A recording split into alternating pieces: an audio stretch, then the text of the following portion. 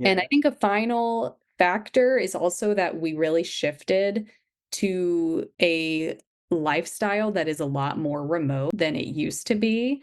Even though, like, yes, I still do see people again more in person, but a lot of my work is virtual. I don't have to go outside and interact with large groups of people every day. And I think that's the case for many, many more people now post COVID. Yeah. After COVID, this industry, the remote industry, boosted a lot, and a Yes. lot of more actually offices or companies do offer people to work from home. Mhm. So two questions came out of it. First is about the vaccination. I'm going to ask of the COVID because I have no one to ask for. So, but now I got you. I'm going to ask all the questions that people or we discussed before in the past. People say when they get the COVID vaccination, it reacted on them on a bad side, bad effect. I mean, some people say we started getting rashes after we get the COVID vaccination, even now and then. Some people say we start having the hair loss problem. Some people say this and that. Is that true? Is that because of the vaccination could be possible, or is just a thing that it started, but they're blaming the vaccination? I think the second one is more likely most of the time.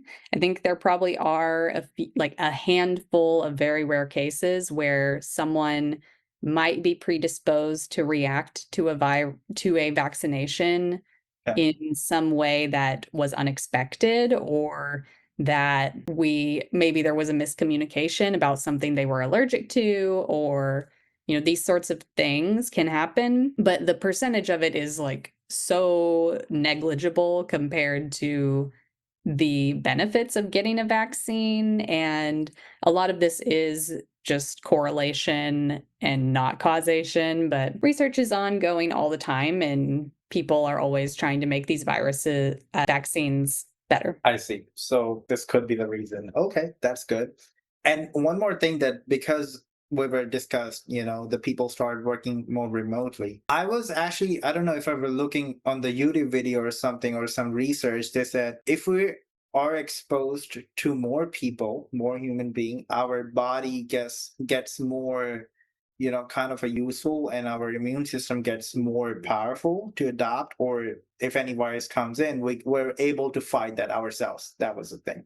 But if we're so isolated, it's not so, kind of powerful anymore. If we get infected, they're gonna affect us more. Is that kind of true thing, or is there any research behind it? So there is research about how exposure to more areas, more people can help your immune system, but I don't think that most of us are so isolated that we're not getting the benefits Yeah, from. it's not that point yet. Yes. And, like, there is even some interesting stuff about, like, if you have a dog who goes outside and, like, maybe that impacts your reaction to allergies if you, like, have an animal who comes in and out and you have more exposure to the outdoors through that. There are benefits to exposure, but I don't think any of us, unless you are, locked away in a sterile environment, we're not getting enough exposure to others. I see. I see. Yeah. As I said, we're not at that point yet. And I hope not we get there, but as we are seeing the AI is coming up and people are getting, more kind of an in-house thing, could be, we never know. Thank you so much for that. But now we're going to move on to your journey and we're going to come to NSF. How was your work over there and how was the experiences and what thing you were worked over there? Yeah, it was really great. It was really informative and useful to work inside of the US government and know how decisions are made, and really get hand experience into, talking to Congress, thinking about how policy really impacts the day-to-day lives of all people and what our role is in that.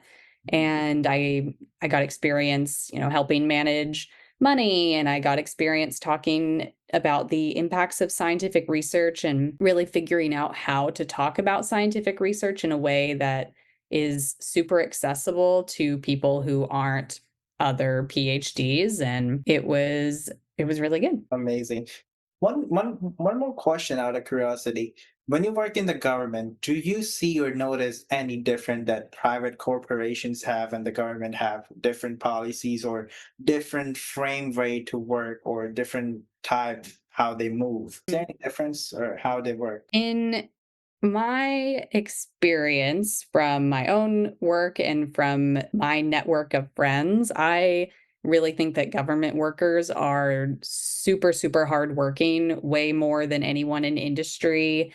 And they do so for such fewer benefits. And even, I mean, now they're like actively being tormented and funding cuts and benefits are being cut and people are being kicked out of buildings and people working in the government really care about the work that they're doing, and particularly I think I can speak for the scientific agencies and my interaction with them when, like, I say, like, everyone I ever talked to, they really valued the mission. They were doing so much work to make sure that the US tax dollars were going to research and information that was valuable. Hmm. And it's one of the best investments that US taxpayers make. It's the reason we have the internet, it's the reason we have chips that power like every phone.